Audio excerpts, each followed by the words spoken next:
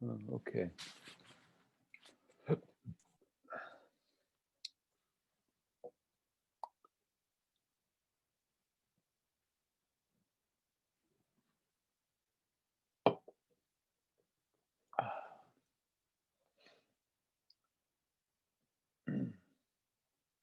Well, good evening, you three folks. I guess I'll wait a little longer. If it's only you three, I'll give you the option of we can continue with today or just or can it. You can watch the morning video. Otherwise, we'll proceed. But let's wait about another 2 minutes. And let me see if my microphone's actually picking up. Yeah, it is.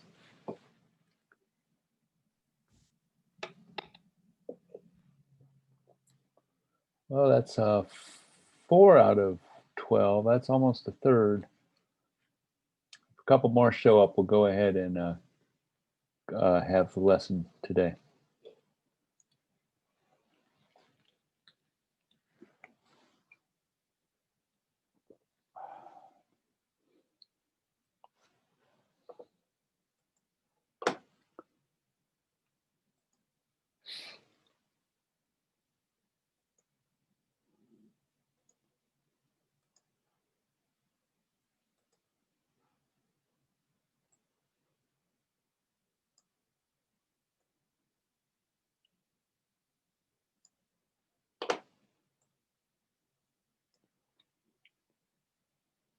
Okay, go up there if that's where you want to go.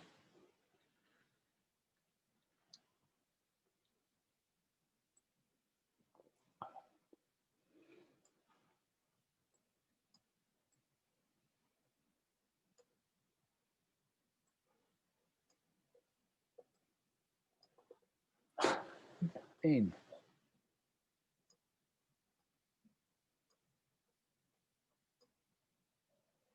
Okay, do that way. Arguing with a computer again. That's usually doesn't end well. Let's see if I can quit that. So I'm hunting for bandwidth now. I should be routing through the VPN. I am. See if I have any other surprises that are turned on. Close my GitHub connection.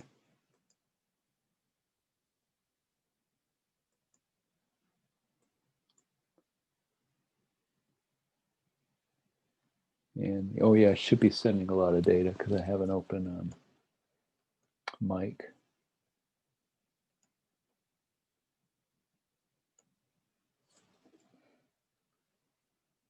Firefox I need. Acrobat Pro will need that. I get a terminal open in case everything locks up and I can at least regain control of the computer. Put that down here in the corner, keep it in the background. Terminal, system preference, the red dot means Apple wants to destroy this machine. And Safari, let's see what I have going on there. Oh, we might need YouTube, I'll leave that alive. All right, it looks like it's 1, 2, 3, 4, 5 of us for lesson 18 of CE3372. And I need to take the website to task that when I click on it, I expect it to respond and not just sit there and look at me.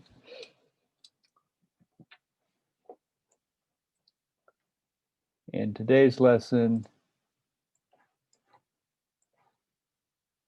is continuation of last time. The topic is swim hydrology.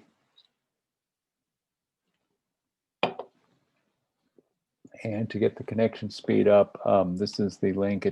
The index hasn't been put in here yet. There's an old index, but it actually won't run. That's interesting. In the data in the lecture, there's a whole set of files that do not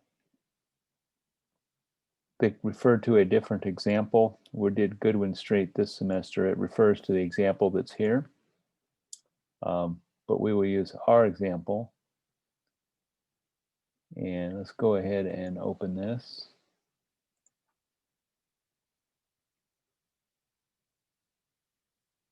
Pretty sure I chose OK.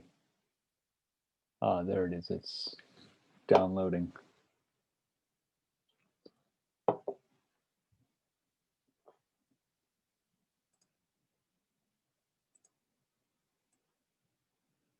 One, two, three, four, five.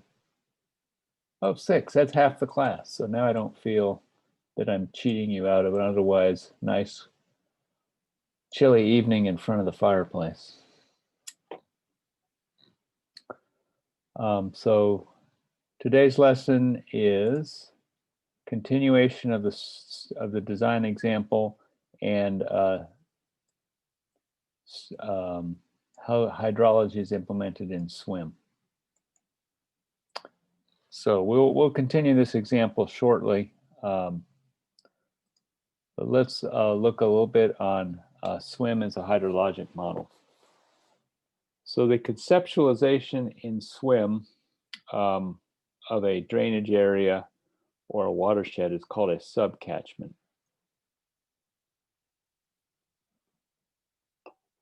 And within the subcatchment, we generate runoff via a variety of infiltration model choices. So those are loss models.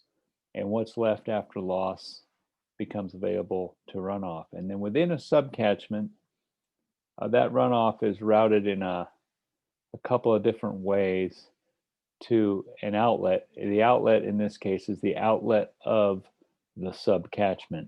And then flows from that outlet are routed to our network either through an inlet or just direct connection to a node, because the program doesn't know the difference, or conceivably a direct connection to a node that's connected to a surface drainage. But we'll get to that later. Rainfall is introduced into a model through an object called a rain gauge. And all a rain gauge is a way to provide a time series of rainfall. And then rain gauges can be applied to specific subcatchments. If you're familiar with HYDROLOGIC, it has similar hydrologic concepts. They're implemented differently, of course, because if they were the same, then they wouldn't be different.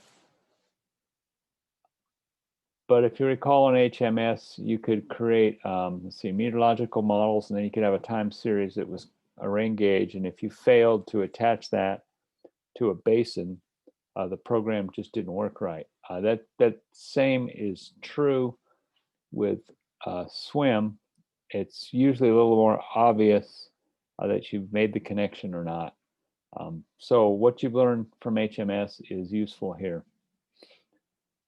So we'll revisit this drawing where we had two drainage areas, 2.5 acres and 4 acres, each drained to a localized inlet and then a small pipe network to carry the drainage on down to the bottom of the screen in the green arrow. And that can be, the picture can be loaded into SWM. So there's the same picture I just showed you put into a SWM model. This is just a screen capture. And then we can go ahead and put in nodes. So here's node 1, node 2, node 3, and then an outfall. And then we connect with pipes. And our next step after that has been done is to establish the invert elevations, or the elevation of the bottom of the node. And in this particular picture, we're starting with the outfall set at 0. We move to node 3, where the elevation is 7 feet. And then we move to node 2, where the elevation is set at 9.3 feet, and up to node 1, where the elevation is set at 14 feet. And what's being used is 2-foot vertical offsets to preserve the slope, yet produce the correct bottom elevations. And that offset is entirely arbitrary in this particular example. And then the 3 pipes 24-inch diameter are connected in. Now they're showing up as the black line segments. And the 2 subcatchments themselves are now shown as a shaded area. And we have to provide the name of the subcatchment. So this one's SB-B. The outlet point. So the outlet of the subcatchment goes to node 2. The area of the subcatchment, 4 acres. The width. So the width is a width that is determined by taking the area, multiplying that by 43,560 to get it into feet squared, then dividing by the desired flow length, 475, and what's left is 366. I'll do some sketches of that in a little bit. This one is on a 1% slope as consistent with the drawing. The percent impervious is set at 15, consistent with the drawing, and the remainder is essentially defaults, and that whoever made the screen capture was using the green amped infiltration model, which is just like the green amped you had in hydrology class. Then we have to choose a runoff generation mechanism. For the scale of these kinds of problems, a rational runoff generator is an entirely logical choice. But rational method as we know it is not directly part of SWM, so we need to find a workaround. The workaround is illustrated really quickly coming up here. We'll pick a runoff method. I think Horton is the easiest to do a workaround with. And supposedly we want to simulate a 10-acre watershed with a time of concentration of 49 minutes, runoff coefficient of 0.32, applied rain depth 0.87 inches. We make the necessary preliminary calculations to get a rainfall rate, 1.06 inches per hour, and a peak discharge, 3.7 CFS. We're going to use that information to construct widths, slopes, and percent impervious to produce the correct time of concentration. And so the equivalent SWM model to what we know as the rational method is depicted in this figure here. The rectangular subcatchment is shown with the black rectangle in the middle of it, and then you see the dashed line connecting to an outlet, and then a rain gauge, this icon, Puffy the Cloud. And the equivalent SWM model would be a rain gauge, a catchment, and an outlet. This is pretty minimal SWM hydrology model, by the way. So at the rain gauge, we'll put in a constant intensity of 1.06 inches per hour, derived from this calculation. A catchment area of 10.9 acres, given in the problem statement. And an outlet, we'll just put in an outlet with free outfall, which will let all the water out. And then we'll run the model a couple times and make some adjustments to get the right timing frame. So first we put in the rain gauge. So there's the 1.06 inches per hour for, in this case, a 6-hour period. And here's what it looks like. Between hour 0 and hour 1, it's 1.06. Between hour 1 and hour 2, it's 1.06, and so on all the way out to hour 6, where presumably everything stops. Then with the catchment, we'll go ahead and set its size. So we put the area 10.9 acres, and we'll set initial impervious to 100%, and we'll simply just run the program. So 100% impervious is like a C value of 1. So the 10.9 acres times 1.06 inches per hour produces 11.65 cubic feet per second. And it has the default width of 500 set and the default slope of 0.5. And that produces essentially the time to the peak runoff is anywhere between 50 minutes and an hour and 20 minutes. So it looks like 11.65 is the peak, hour 30 minutes. So we want to make adjustments until this 11.65 comes somewhere between, comes down to about 50 minutes. Although we could stop here, this is actually already pretty close. So if we make the width 1,500 feet, that's going to have a pretty substantial impact on the time till we get the peak discharge. In this case, it gets it down to 50 minutes, which is our goal.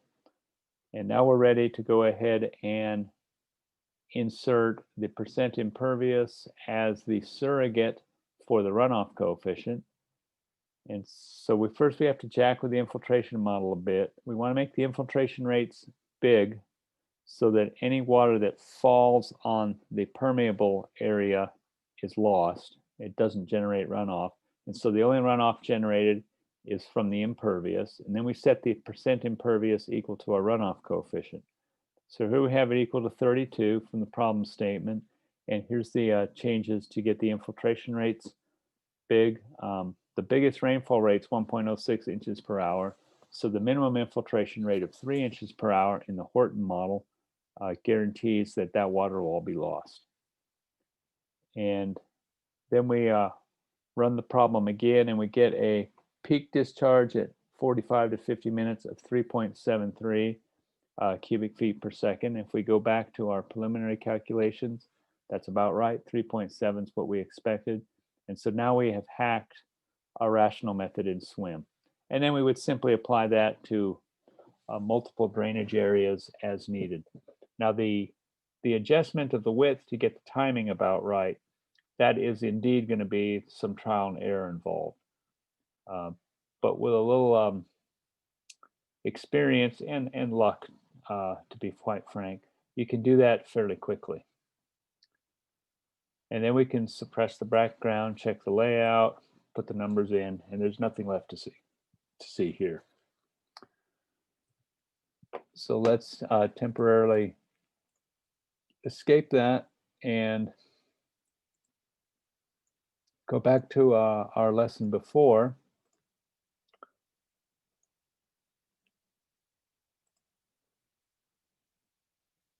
We looked at the rational method for sizing conduits, and what I really want to get from here is our storm sewer spreadsheet from our last class meeting.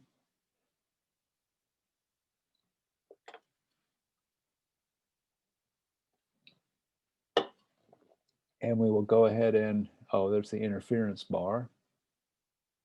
See if we can move the interference bar to some place where it won't interfere. So here's from our last lesson. And the other thing we're going to want to do is we need to go to our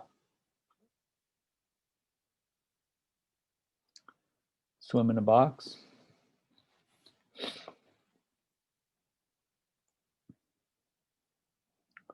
Guess I should read what the password is. Copy that.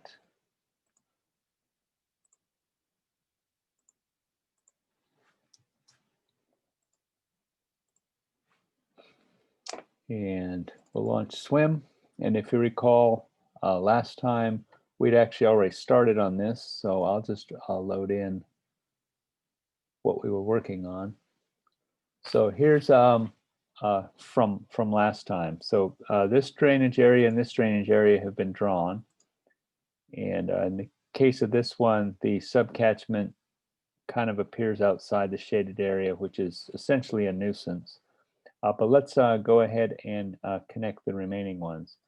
The junctions have been named correctly. So if we go to our, I think it's map display options, will that give me what I want? Yeah, annotation.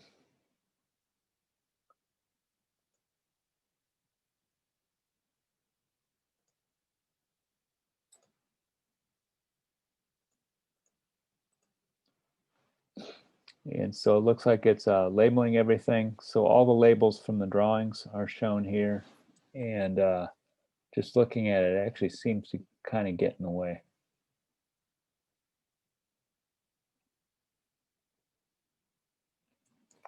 Well, I'll stick with it for now. And so our next job is would be to set the elevations. So these elevations are currently set as shown. Judging by the value, it looks like these particular inverts are a bit close to the land surface, but we'll go ahead and see what that does in a second.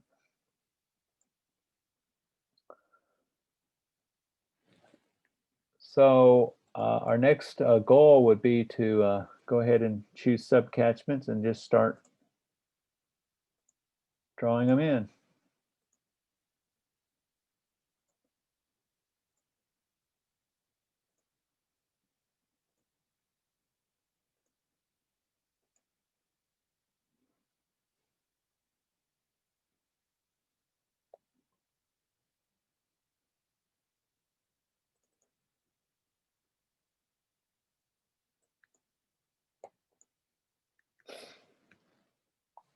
So that's subcatchment 1, 2, and we'll go ahead and let's suppress all the display because I think it's kind of getting in the way actually.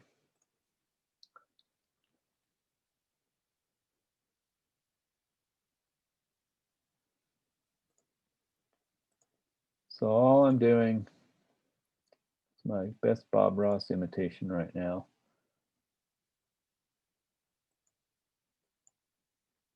Drawing in the subcatchments one at a time. Happy little accidents. Yeah, I hope somebody gets that reference.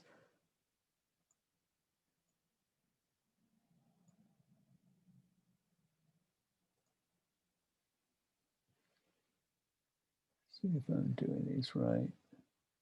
Yeah.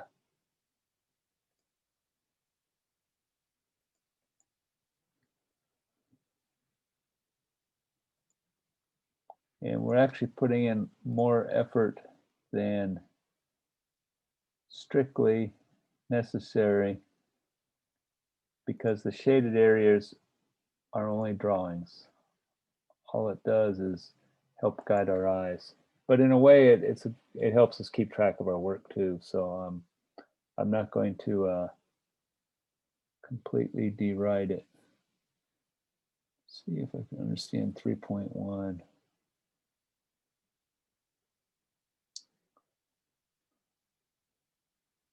Three.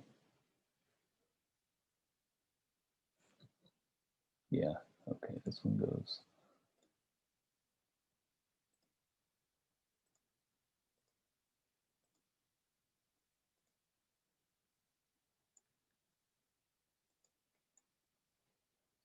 Right there.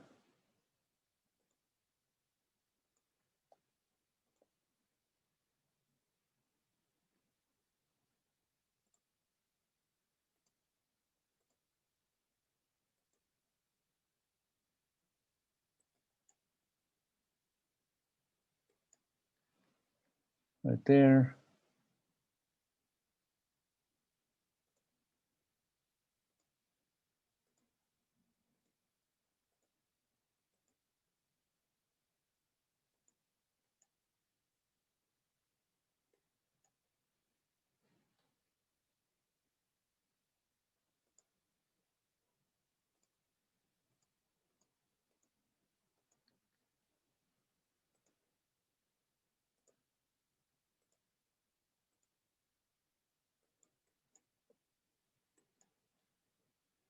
And to end the polygons, I'm right clicking and you're hearing me do it multiple times because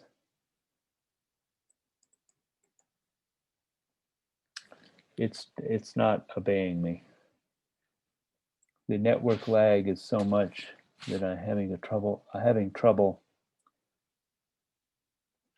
getting the right clicks picked up.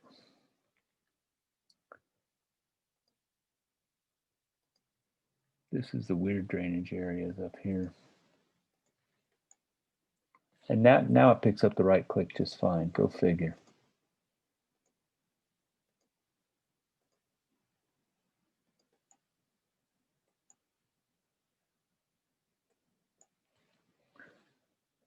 And the last one, drainage area 7.1. Try to be faithful to the appearance.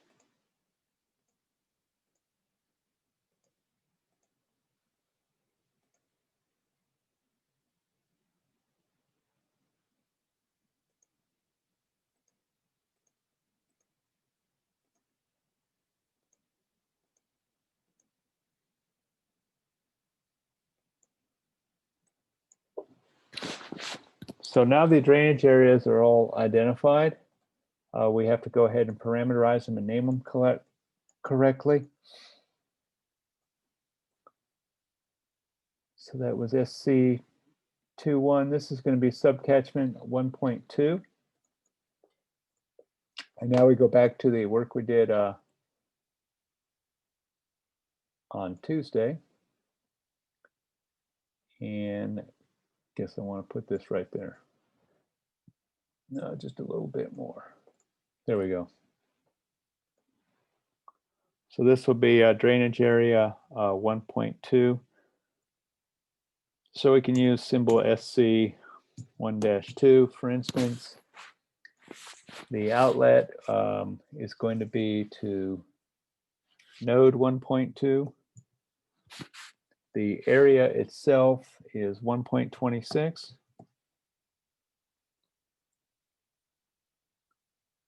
And the runoff coefficient, we're using percent impervious, is 0.8. And that's what we will use for the time being. We'll go ahead and we can connect the rain gauge to Puffy the Cloud, which is this one up here, which is currently set at 1 inch an hour for 6 hours. And then move on to the next catchment. So that one, this one is catchment 3.1 that we're working at next. So we put in the name, subcatchment 3.1. Its outlet is 3-1. Its area is 0.68. Its percent impervious is 70. And rain gauge Puffy the Cloud.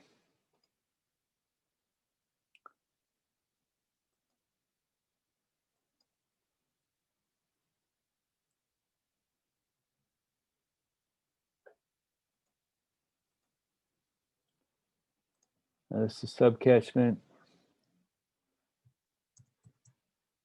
2-2. Rain gauge Puffy the Cloud. Outlet is 2-2. Area is 0.53. We don't know the width yet. Percent impervious be 0.8. Move on to the next one. Done that one. Let's do this one up here.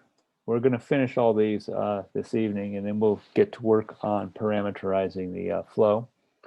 So this one is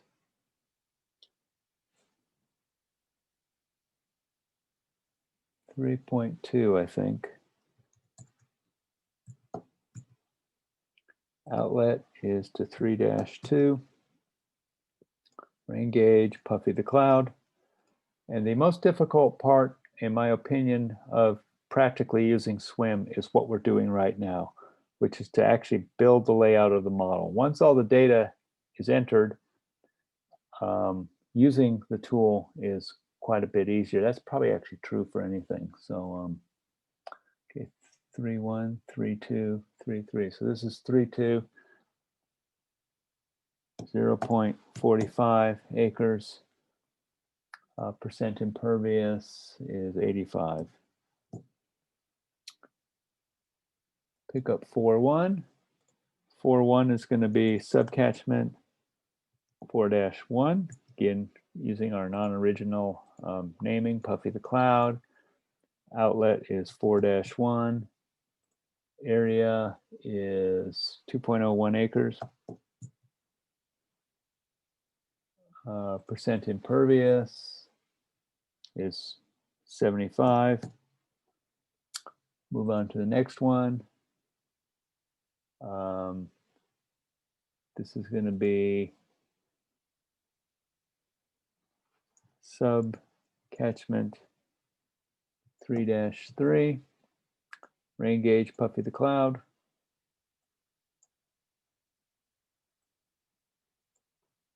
Rain gauge Puffy the Cloud.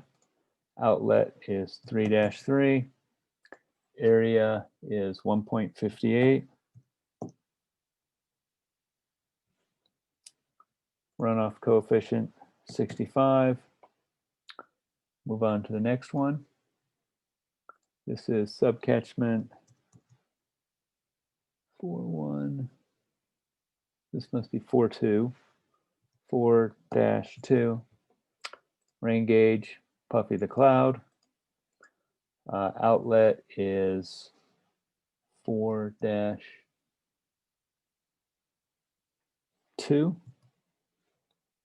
Area is 0.66 acres. Percent impervious is 85. Now it's going to be a hard one because it's not going to let us get the, so we'll do this the hard way.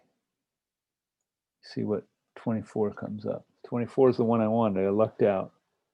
That looks like that's 5-1, so that's going to be subcatchment 5-1. Rain gauge Puffy the Cloud. Outlet 5-1. Area 1.17. Percent impervious 70. The new 70. This is 5-3. Subcatchment 5-3. Rain gauge Puffy the Cloud. Outlet 5-3. Percent impervious 55.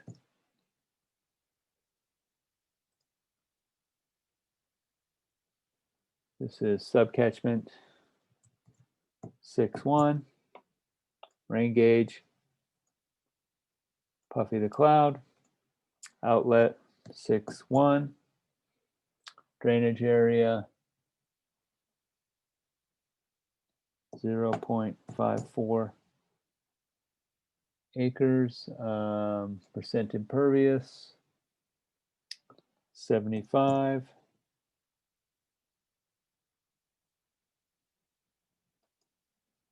Next one is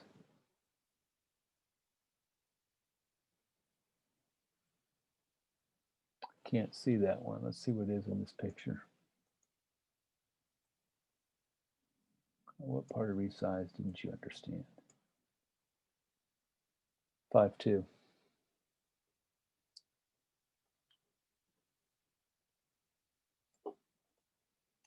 So this is subcatchment 5-2.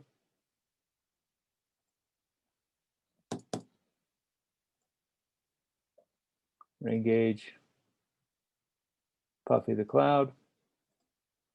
Outlet 5-2. Drainage area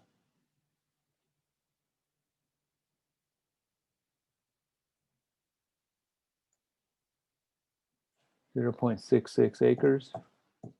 I feel like I've already done this. I may have made a mistake.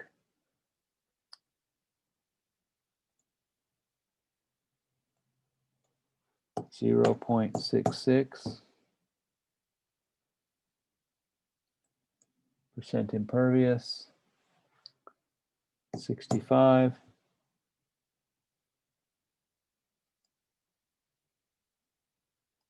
Last one is subcatchment 7-1.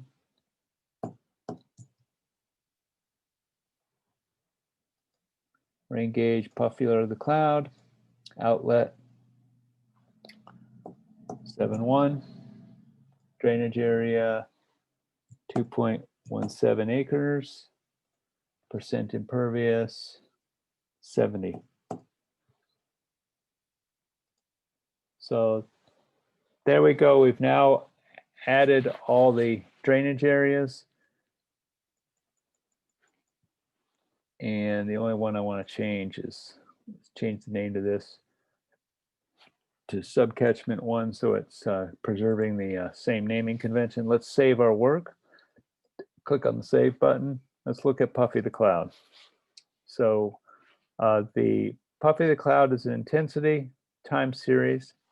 It's going to have a value every 1 hour, and the data type is time series. And we go ahead, and if we double click on the series name and look at the series, we have it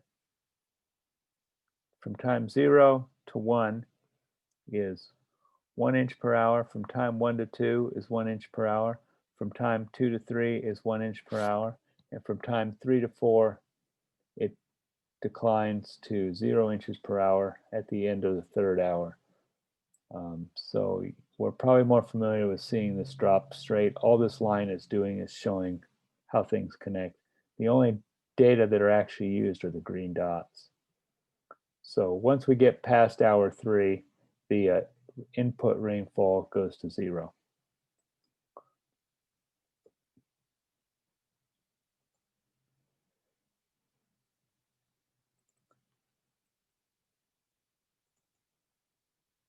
And it looks like everything is parameterized correctly. So what we don't have initially parameterized correctly, but we can do, is we can make ourselves a little calculator that will help us establish useful widths. Let's put it right over here. So we have area, length, and width.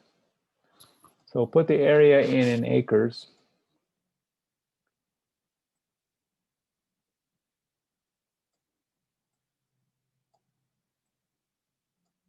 That'll be a little bit better.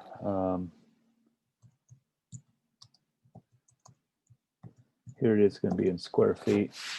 So whatever area we have in acres, so if we put in 1 acre, this is equal to 43560 times that 1 acre. That's the area in square feet. So we put in a length of 100 feet. The required width is going to equal the area divided by the length. So now we have a tool that will help us produce usable lengths. Let's look at our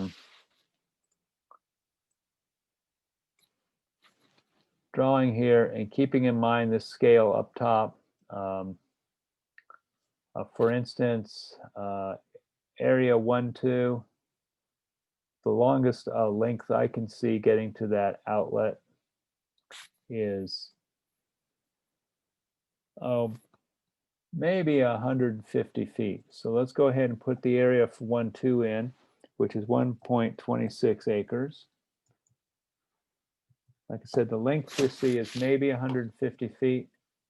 So the width is 365. That is a computational width that's used by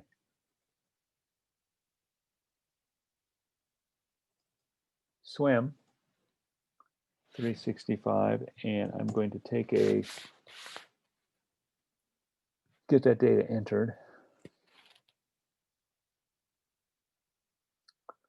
Save my work, and let's minimize that for a second, minimize that, and bring up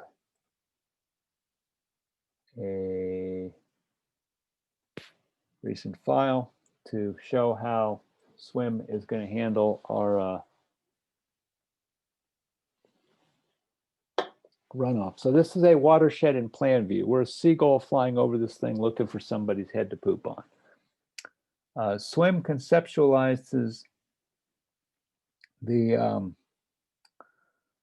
runoff on a subcatchment in one of three ways. So here's one of the ways. This is called impervious routing. And so what it does is it assumes that the impervious runoff is generated, and it transits to the pervious portion, which is added to whatever pervious runoff there is, or there's some loss there. And then from the pervious portion, it goes to the watershed outlet, and that's routed off to the network. The other way it's handled is runoff from the pervious portion comes onto the impervious portion, is added to the impervious runoff, that's sent to the outlet, and then from the outlet that goes to the network. And then the third type of routing, which is the one that I'm using in the example, is called outlet routing, and it takes the impervious portion, sends it to the outlet, takes the pervious portion, sends it to the outlet. They do not interact in the sense that there's no loss from either on the way to the outlet. Whatever is generated gets to the outlet, and then that is routed to the network. So the way I've set it up is we've set it up so that the pervious portion, any rainfall it gets, we've made the minimum infiltration rate big enough that it's going to eat up that whole 1 inch per hour. So 1 inch per hour falls on pervious, it's gone. So what that does is it makes the percent impervious essentially the runoff coefficient, because what falls on the impervious is all converted into runoff. Now for the hydraulics of runoff on the subcatchment, again it conceptualizes it as a rectangle, as depicted here in the diagram. And the overland flow length is one side of the rectangle, and the flow width is the other side. The data that we enter is width and area. We also enter slope, and I haven't even messed with that yet. The length that's used is the area divided by the width. In our case, we can look at our diagrams and make a pretty good guess of the required length, and so we'll use our little handmade calculator to get the required width. The reason the length is important is that's what exercises control over the inlet time, or the time until we get peak discharge at an inlet. So keeping that in mind, let's return to our example.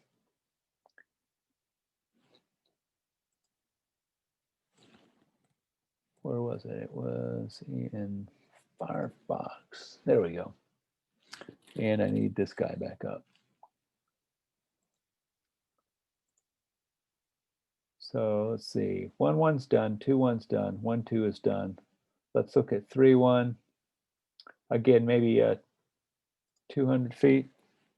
Oh, not even that. It's got to be 175. That's my best guess. So that one, 3-1, maybe 175 feet, but we're only working with 0.68 acres. And so with that, the width will be 169 feet. So now we move to this one, put in our width, which is 169 feet. And moving along, we'll go to 2-2, which is the one we can't ever hit. One thing about the graphical user interface, it's really good at getting the wrong thing. There we go, subcatchment 2-2. So we'll go ahead and parameterize that. That's 0.53 acres. And at best 100 feet. So a width of 230 will give us the correct length.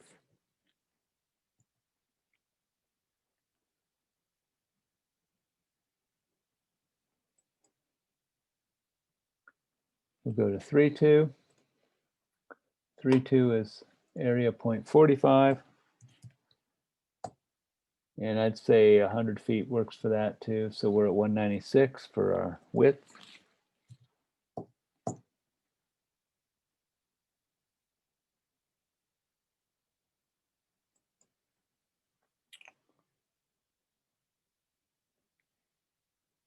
4-1, we're at 2 acres.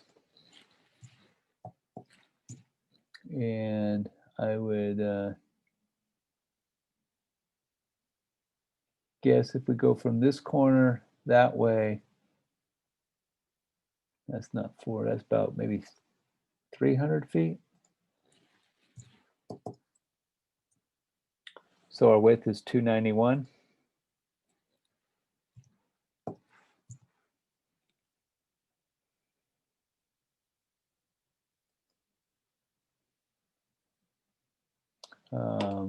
For SC33, 1.58 acres. And again, just looking at it, 200-ish. If I was in less of a hurry and I just want to get a starting point, I would go to the trouble to actually make some measurements to get a more accurate length. It makes a difference, but not a huge one. We want to get it about right, though. There's no point in doing it if it's going to be about wrong. So there's 200 there. See if I've done this little guy yet. I have. So we'll go to 4.2 next. That's 0.66. That maybe has 100 feet run on its longest dimension. Let's go 125 just to be weird. So our required hydraulic width is 229.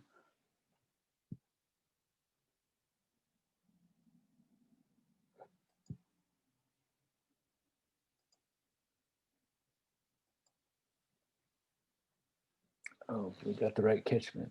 So now we're at 5.1, 1.17 acres.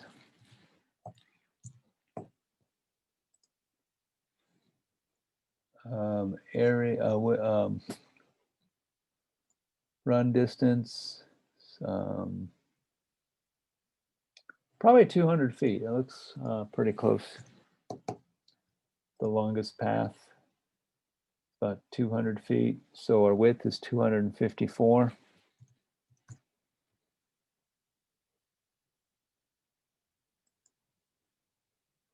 I think we've already done that one. We'll get SC52. 5.2 is 66 acres. And maybe a 225. We have a pretty short one, 127 feet.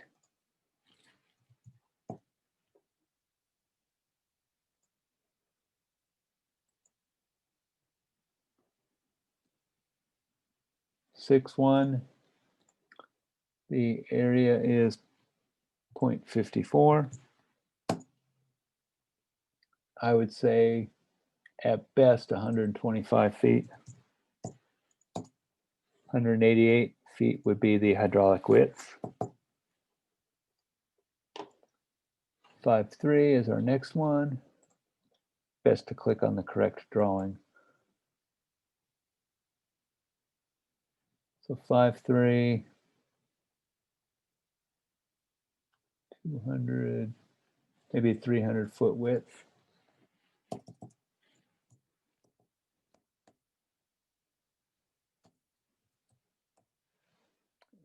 And 1.75 acres. So 254.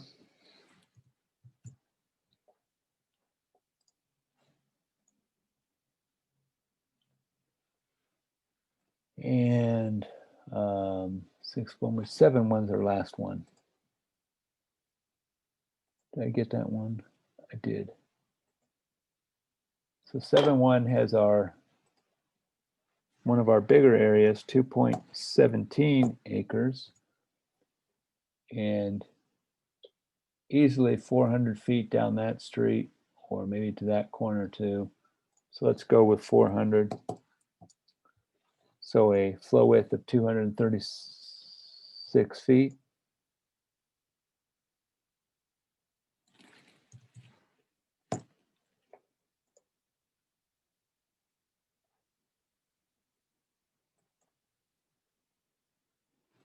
So those have been all entered. Let's save our work. Notice the network lag is increasing, which is the swim god's way of telling us I'm about to crash. So we've just saved our work. The last thing we need to be concerned with is what the slopes are for these distances. And this looks like this is a, in the north-south direction, a fairly uniform slope towards Boneyard Creek. And so we could realistically use one of these pipe slopes as a good approximation to the topographic slope. So it looks like we have slopes between 2%, 0.4%,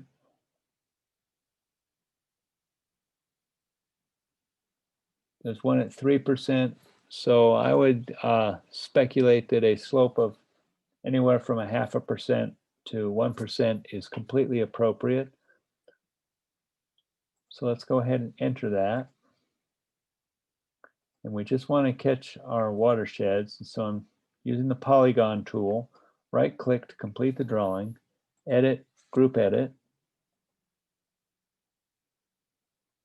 subcatchment, and I want to edit the property percent slope, and I want to put it at 1% slope. That's steeper than I think it really is, but this is just to illustrate how we would get these things going. We accept the updates, exit the editor, save our work, and now we're ready to start, if necessary, jacking with those individual slopes.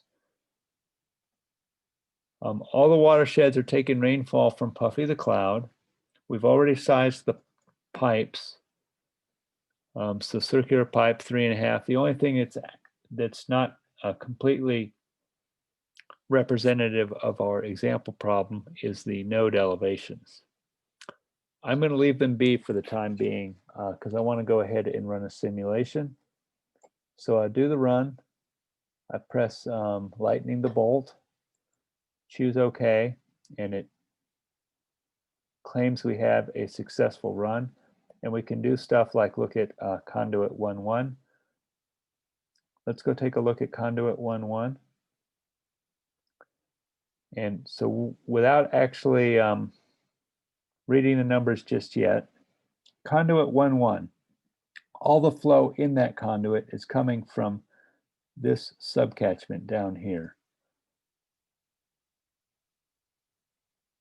which is 2.26 acres with a runoff coefficient of 65%. So 65 times 2.26 is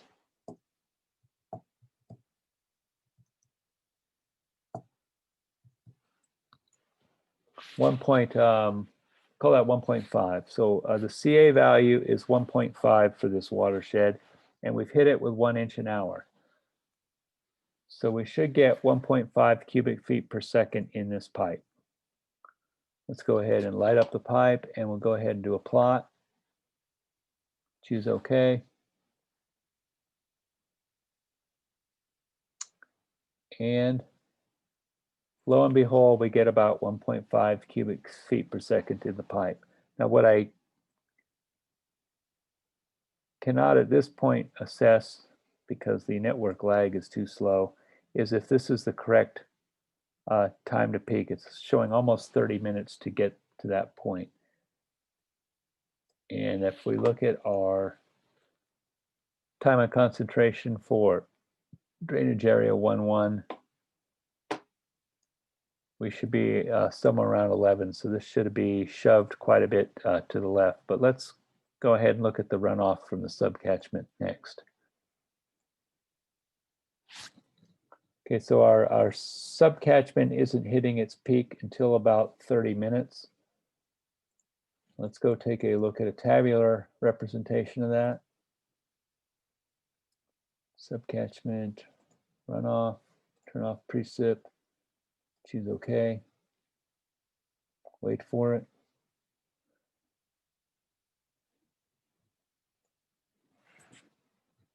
So there's 11 minutes. We're at 1.09. And we get our peak at 28 minutes. So the correction we could do for that is we want to adjust the travel times. And the tool we have to do that is either slope or width. So if we make the watershed a little bit wider in that region, maybe let's go up to as much as 500 feet, basically just double the width. Let's rerun the simulation.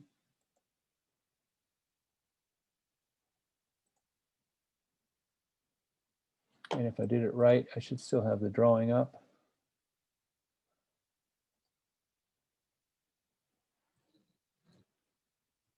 And it's supposed to automatically update, but it's currently in the I will not respond to input mode.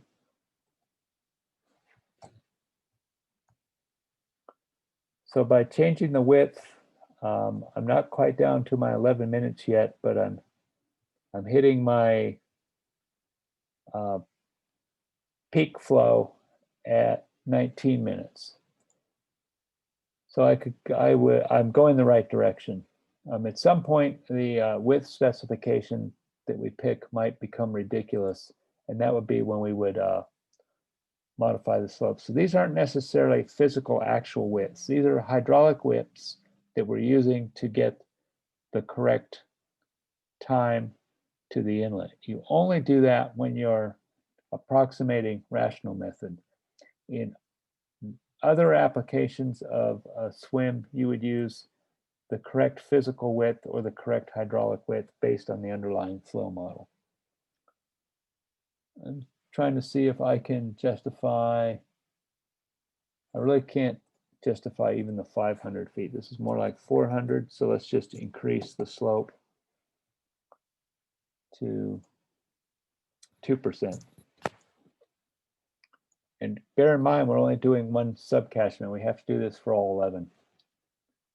Rerun the simulation. Choose OK.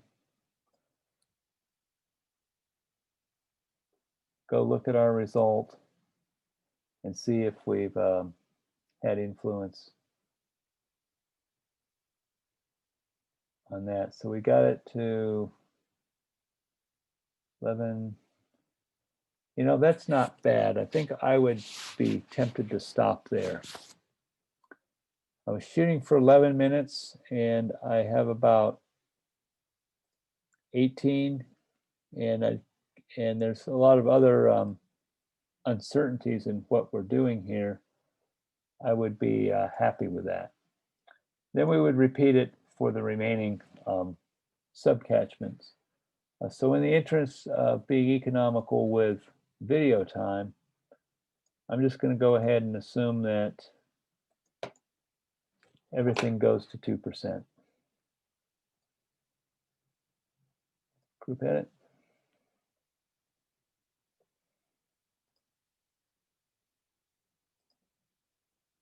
Percent slope.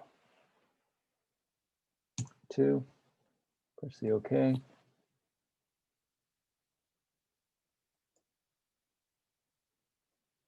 Exit the editor. And now let's say we've gone through that exercise to get the times about right. We can now run a simulation for that. And then the point of doing this is to generate profiles to determine if our storm sewer is indeed conveying water underground or not.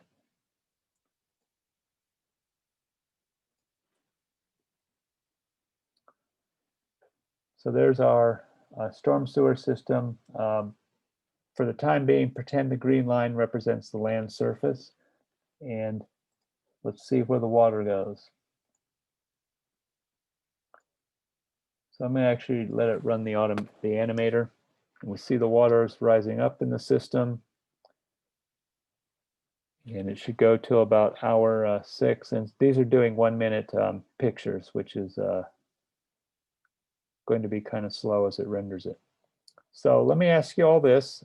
Let's suppose that the green line indeed represents the land surface, and the blue line represents where stormwater is.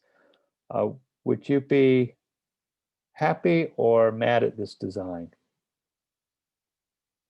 based on this hydraulic model?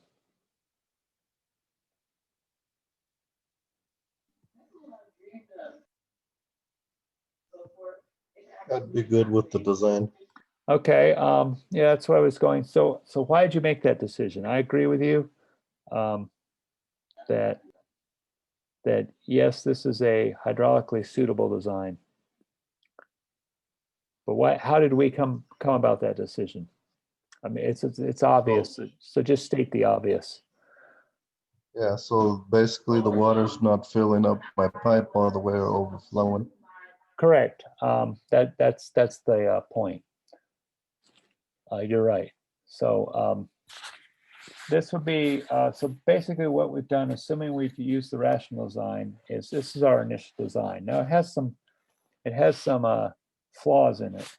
Generally in sewers, we try to match the tops of the pipes at each of the junctions. So here we have the pipes getting bigger in diameter. They're supposed to do that, but the pipe diameter change is such that the top of this pipe and the top of that pipe are at different elevations.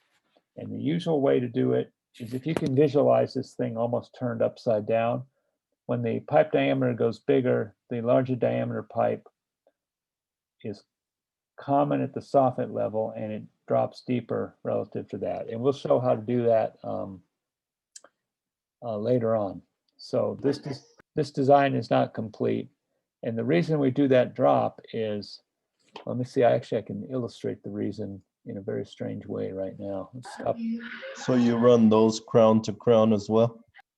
That's how it's generally done, is crown to crown is the preferred way, and I'll show why in a second if it will let me do this. Okay, so water elevation. Let's put this at about 700. I'm making a guess on the stage real quick. And hopefully I still have my profile. Good, I do.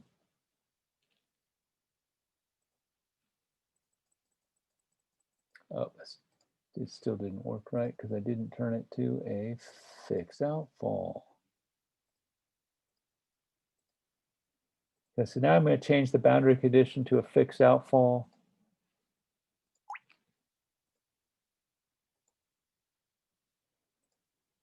And I've intentionally pulled water up here.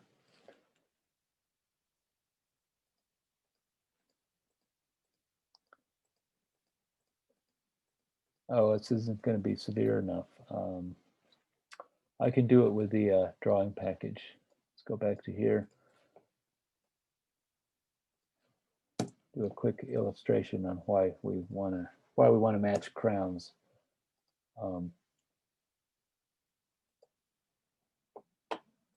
Big diameter pipe.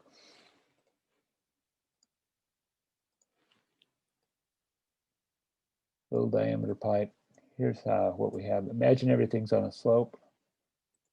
And no fill on the shape. Okay, so here's our two pipes. And on the downstream pipe, let's say that the water is at that elevation. The upstream pipe, it'll be at the same elevation. I mean, roughly based on slope. But watch what happens when this pipe starts to fill up a little bit. Keeping in mind that we only have pretty small head loss going through the junction. So our upstream pipe is almost full. Our downstream pipe has plenty of capacity. When this happens, our upstream pipe is surcharged. But with a slight change in configuration,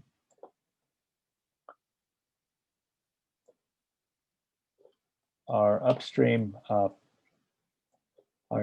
downstream capacity can be better utilized if we're matching at the crowns.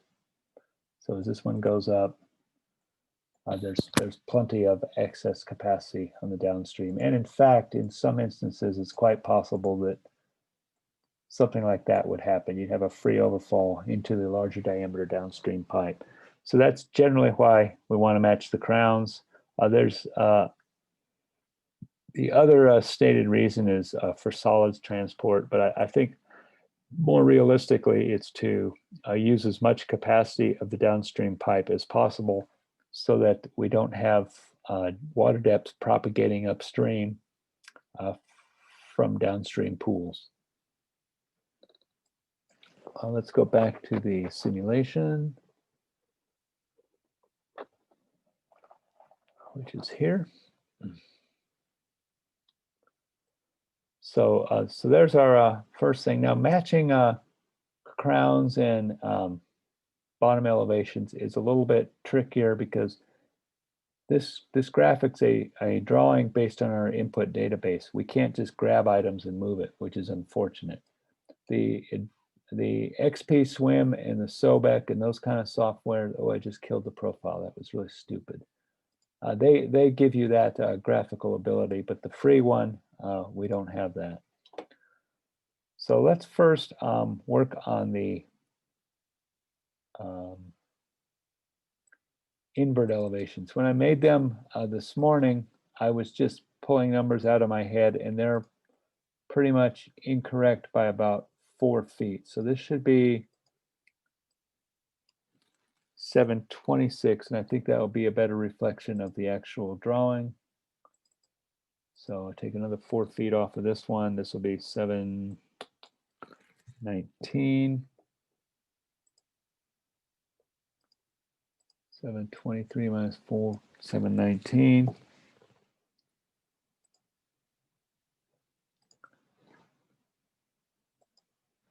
Seven 17.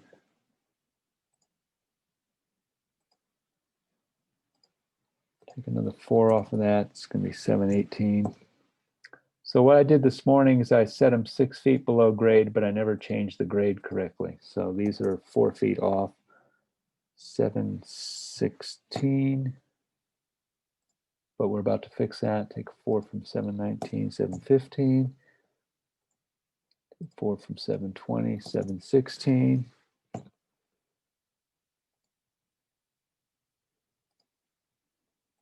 Take 4 from that, 713. Take 4 from that, 715. Almost done. 718 minus 4 is 714. 716 minus 4 is 712. 717 minus 4 is 713. 710.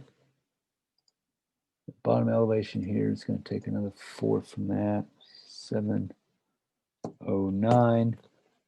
But if our Boneyard Creek elevation is 715 feet, this is what we're discharging to. We'll save that. Let's rerun our simulation. Everybody's happy. We'll redo a profile.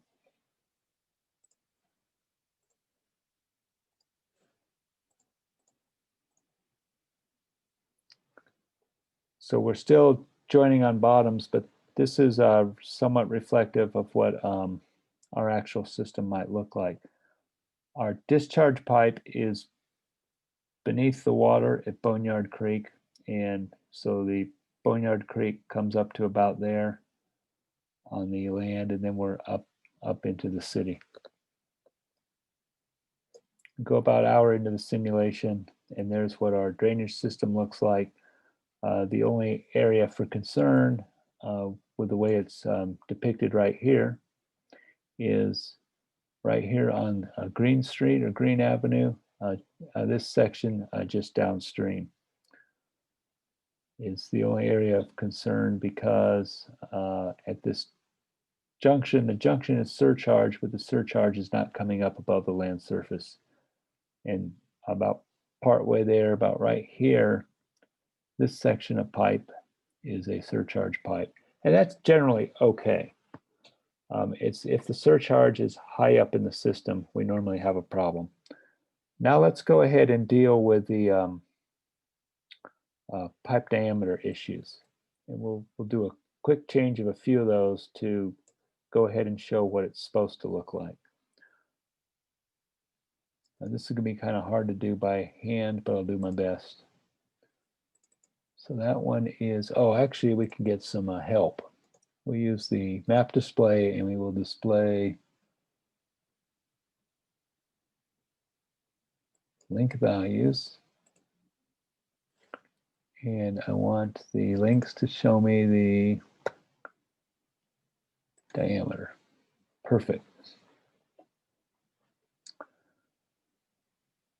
Okay, this one's got to come up 1/2 foot, so we'll put an inlet offset of 0, outlet offset of 0.5. Let's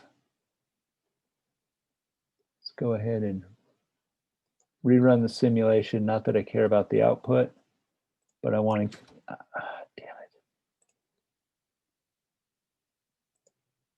I want to get my profile plot and see if I match the crowns. Okay, that was a pretty good guess on my part. So now this one is mating up the way we want it to. This one, next one has to come up a little bit. So we work our way up to the outlet. 1.75 to 2, so this has to come up 0.25 feet.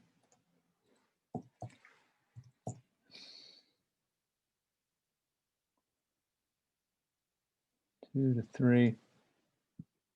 So this one's got to come up a whole foot. This one's going to come up 1/2 foot. And bear in mind, we're fixing the main line, then we have to go and fix the laterals. So 3.5, 3.5, 3.5. Looks like that is good to go. Run the simulation, choose OK. Shrink that. Now our main line looks the way I was taught a sewer system should look. Let's go a couple hours into it. And so now you'll see by joining the crowns, we've squeezed excess capacity out of the system. We have a location here where there's a free overfall, a location here where there's a free overfall, and then the remainder drains as normal.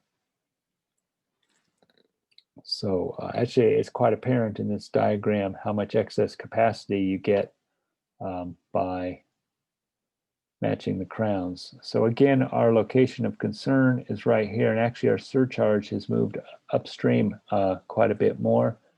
And so we would be obligated to work on the laterals because I think that's what's contributing to that. And so here's where things get a little bit dicey. We're going to create another profile. This one we want to go from here to here.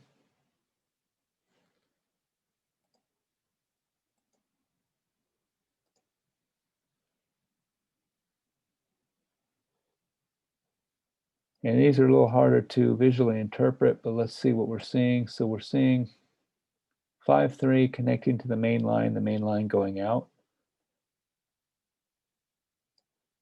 So there's 5.3 connecting to the main line, and 5.3 is completely backed up, largely in part because it's joining at the bottom. And so we need to move this one up actually quite a bit. So 5.3 is a 1 1/4. We need to go to a 3 1/2. So let's first we'll jack with the outlet. If I add 2 feet, that gives me 2.25, so 2.25.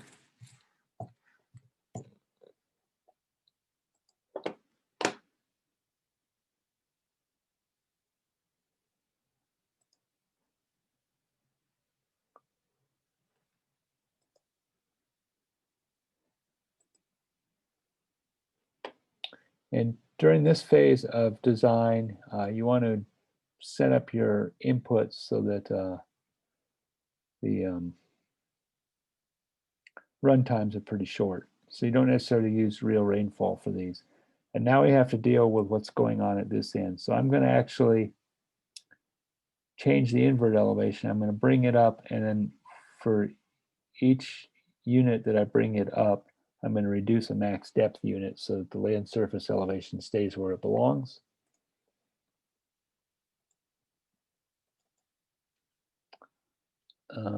See, I need to come up 2.5. So 2.5 is going to be 15.5. I need to lose 2.5 off of this, so 6, 5, 4, 3.5. And a lot of this, on a more complicated network, a lot of this you have to actually write out on a piece of paper, because doing that kind of arithmetic in your head, while it's not hard, if there's a lot involved, it gets pretty easy to. Okay, so that one looks good to me. Oh, I didn't want to do that. I guess I'm fine with that. And now we need to do the next one, which is 0.67 feet going into 3.5. This one's going to be really hard to do in my head. We'll try it. So it's 0.67 outlet offset. I want to come up 2.33.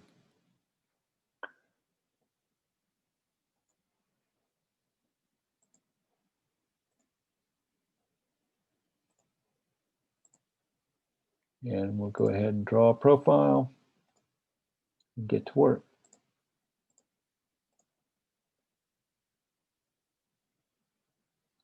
Uh, 2.33 wasn't quite right. Looks like I need another almost half a foot. It's because I can't do arithmetic in my head.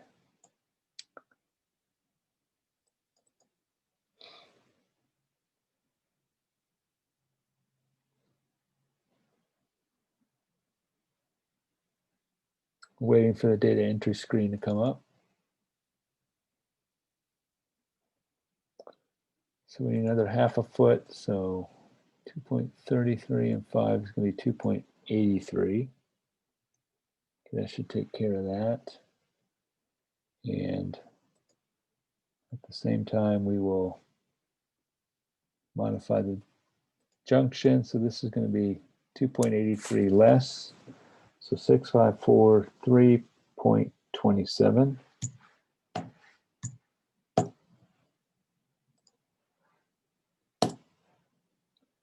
And this is going to be 2.83 less. So 14,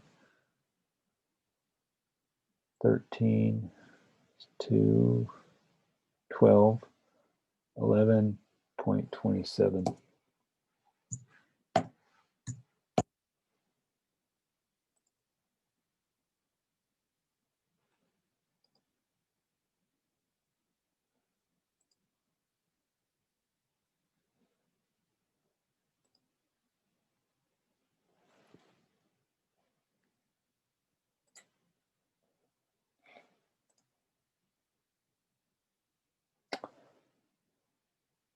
Oh, it looks like I really went the wrong direction. So this should be like, that's kind of funny, actually.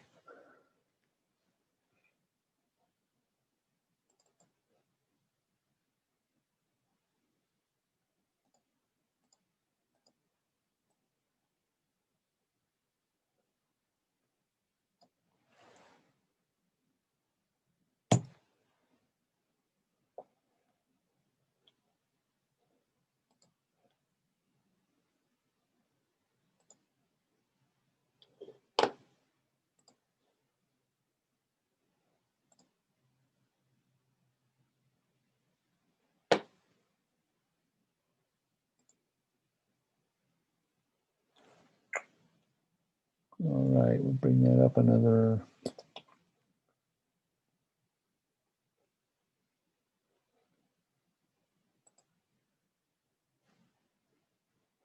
few feet. Yeah, it's probably a good idea not to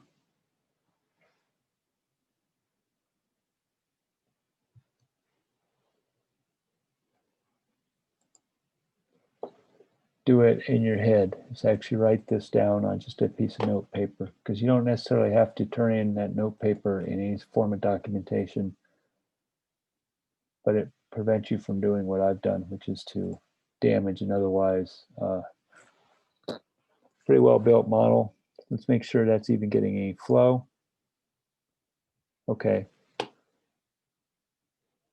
So we're making progress, and we would repeat that for other laterals in the system. And then we'll probably find out we're going to have to mess with the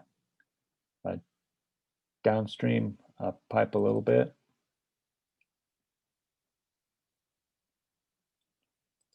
So I think 3.5 isn't big enough. Let's make it a 4-footer. And we'll inlet offset it 1/2 foot. Rerun our simulation. Get a warning noise.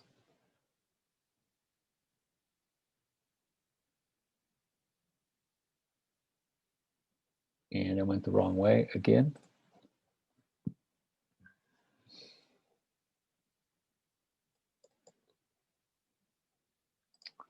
Leave the offset alone for the time being. We'll offset this guy 1/2 foot.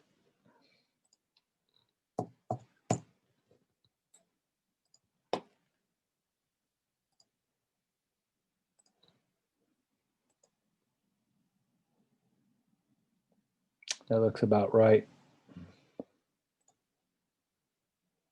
Let's look at the larger system, the main line. We still have quite a bit of surcharge, and there's not much we can do about that. Unless we can somehow lower the water level in Boneyard Creek, we're stuck with that. But let's see how far it propagates up the system. That should be a good steady flow situation there. That's a pretty good stormwater system. In fact, we have quite a bit of excess capacity up in this end of the system. Now, if in fact Boneyard Creek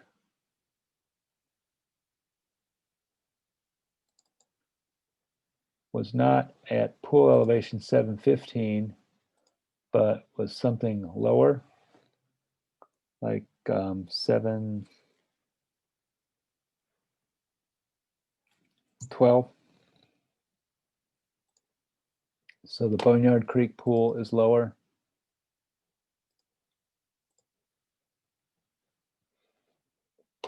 Maybe something like that. We will discover that we have if that was our design storm, we have a completely adequate capacity system. And that's where SWM is handy instead of just relying on the rational design method. Most of the diameters and slopes, everything we've drawn here, we could have gotten from rational design, except the ability to assess what's going on at the downstream end. We need a SWM or a similar hydraulic model for that. So if our outfall is ever going to be submerged, SWM is the only tool that will let us correctly infer what water surface elevations are. Let me go ahead and save my work, and we are done for today. Let me check that there's nothing left outstanding. So in the presentation is another example of SWM as a hydrologic model. We've pretty much hit all these. This is showing how to use HMS to get some rainfall input. So we're good. Perfect. Perfect. Actually, it was perfect timing too. So that's pretty much how to use SWM to assist you in drainage design. Now, admittedly, there's a little bit of slowness factor involved because we do have to address things one at a time, moving up and down the network. But with a little practice that you would get outside this class, so you can get pretty fast at doing that. The other thing that speeds things up is to not use all these weird pipe sizes that we have here. Try to go to whole ones like 1, 1 1/4, 1 1/2, and so forth, and avoid these 8 and 6 inch kind of diameters. That just makes the offsets a little easier to set. The other thing I found useful is sometimes it's actually worth the time it takes to draw it, to draw the profile by hand on a piece of paper, and then use that to set your elevations, because it reduces the number of revisits back to each node to raise and lower nodes and raise and lower offsets of pipes. But having done that, that's our initial design, and we've made a hydraulic test for a good one. What we've not done is actually applied the correct design rainfall. We actually don't have any information for it for this problem. But we have approximated all the features of that, and this would be a starting point for going to engineering detail design. So with that, I will close the program. Let's see, exit that, save results. We saved the intermediate work, so I can disconnect from this, kill the window, and that is lesson 19. Thank you all very much for your attention on this rather cold, treacherous day. I hope nobody had to drive. And I will save that.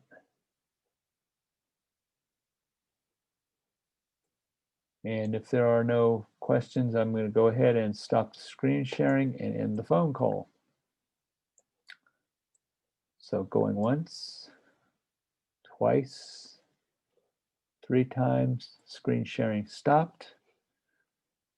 Good night, everybody. Have a great evening and a good day tomorrow and the rest of the week. Bye-bye.